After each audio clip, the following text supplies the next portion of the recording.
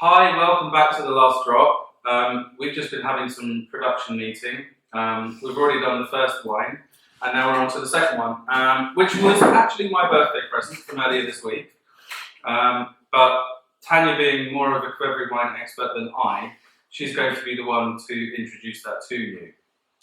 Well, it's Ascanelli Brothers, Casseteri Qvevri, and Let's actually get it. this company is more known as a brandy producer, but lately they're doing some wines and really investing in marketing and distribution. So it's really interesting to see what they have done with the wine. It's Cacciatelli, Cahetian, East Georgian variety, probably the most widespread variety in Georgia. There's one idiosyncrasy about this wine. There is no year, It's got no vintage year. It says it's bottled in 2016.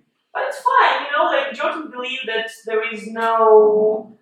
are no bad years for Georgian wine. If you have grapes, if they're not bitten by hail or something, the wine will be good. The thing is though that every other wine that we've got here's got a year. Yeah, that's Well, true. I think at this point they're really fair and honest because what people write on this harvesting. But you think the vintage is not a thing? Not here. Everybody means something else. You mean time is relative? Here, yeah. If that wines, like the grape juice, spans like 6 months in a Qvevri, Right. I mean, the vintage might, the season might be 1 year, but it might And be you can define it. the wine is another year because it's already January, and Yeah, it's true. Oh, So yeah, that's right. again, we were already cheating trying this because we learned from the last show that we needed to know the wine a bit better. So It's very light and kind of. for me, it's buttery. It's like really rich and buttery. It's a typical Qvevri smell on the nose. It's not so earthy for a Qvevri wine. It's like the color is quite light. It's incredibly well. I'm impressed by how it's really transparent. There's no cloudiness to it at all. I put some honey, some Honey. Oh, honey and chestnuts. Yeah. Right, honey. Yeah. That's what it is. Honey wine. Now that's exactly I think what a lot of people would be looking for when they're looking for amber wines is that magic buttery honey caramelly kind of. Oh, it's actually it gets better and better the more you It just taking it in. It has to be something Yeah. from the air, and I'm not sure. That's very nice. It goes with food, maybe with some Cheese, vegetables and something Vegetables, really light. grilled vegetables, salads. Yeah, and no cheese.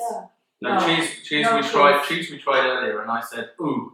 but it's like you goat cheese is a little bit Alright. hard. We had goat cheese from Austria. But Sorry.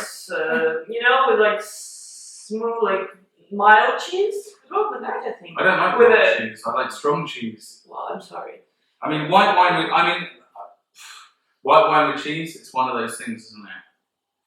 It's like. That's what Most the ladies do.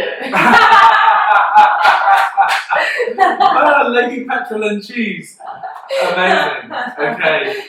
Secrets of singledom being revealed here in this outing. So, Lena, what are you thinking in terms of the rating for this? Speaking about numbers. Yeah. Well, Okay. well, not just the numbers, your perception, because it's a new wine for us. And for me too, I really like it. I think it's really decent. And numbers. I give it 9 from 10. Okay, so 90. So it's got a 90. Now the only disadvantage we have here is we don't know how much it was because it was a present. So for all I know, this might be a really expensive bottle of wine. I might be able to find out, but we'll get ready in the comments. it's gonna be. It's a really elegant way to spend an evening. Let's say thank you, Slava. So friends that buy you wines like this are magical, and who cares what the price is? So we're not going to be able to do the value rating. So we've got a 90 from Lena, 10. I would say 95, and Really? I think that like I like it more than the Orgo because it's lighter and like personally lately Just something with the tongue. It's like it's lotion or something. no, like for me it's crispy, like like for hot summer evening. Yeah. It's I no, can drink it's this. not I can drink this smooth. all summer. It's Yeah. It's So like, I'll join you with a 95 rating, which gives us a composite of something like 93. Okay, and I will say criminal thing, but I would add some ice cubes. One. Oh, do you know what? That's not criminal at all. Well, We need to we can talk. accept it. Let's talk about ice cubes for a second. So, ice cubes in your wine in Georgia is perfectly acceptable because That's an in the expert summer, thing. no, let's just boil it down. In the summer, it gets 35, 40 degrees. Plus, the wines are actually quite strong. These amber wines. And like And so, Yeah. just dropping a couple of cubes of ice in is not a sin. Let's not get poncy here. No. It's a little bit warmer than we tried first. Oh my god, what you've just made me realise is this would be an ideal wine to do. Give me that water. Okay, so in Austria, the main drink is what we call a Weißweinspritzer, which is a white wine spritzer. And so if you just water it down with some sparkling water, I think you'll find lovely summer drink. Exactly.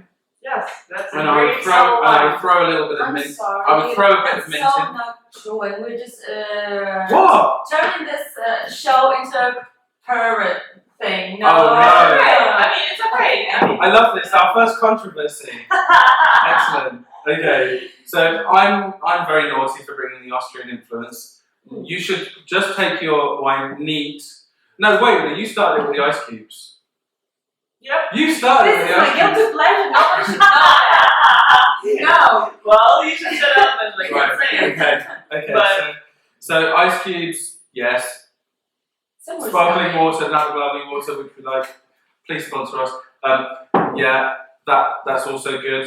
But Lena's not having it. Just plain wine. Just also plain fine, wine, yeah, exactly. But very cold, for sure. Yeah, it needs to be cold. So I think I'm really impressed with this. So just a little bit of background. So I know that Ascanelli is actually an investment group. So yeah, they've got the brandies, but it looks like they're going serious on the wines. So I'm going to be interested to see what comes over the next few years. We're going to take a break and then we'll get on to the next wine.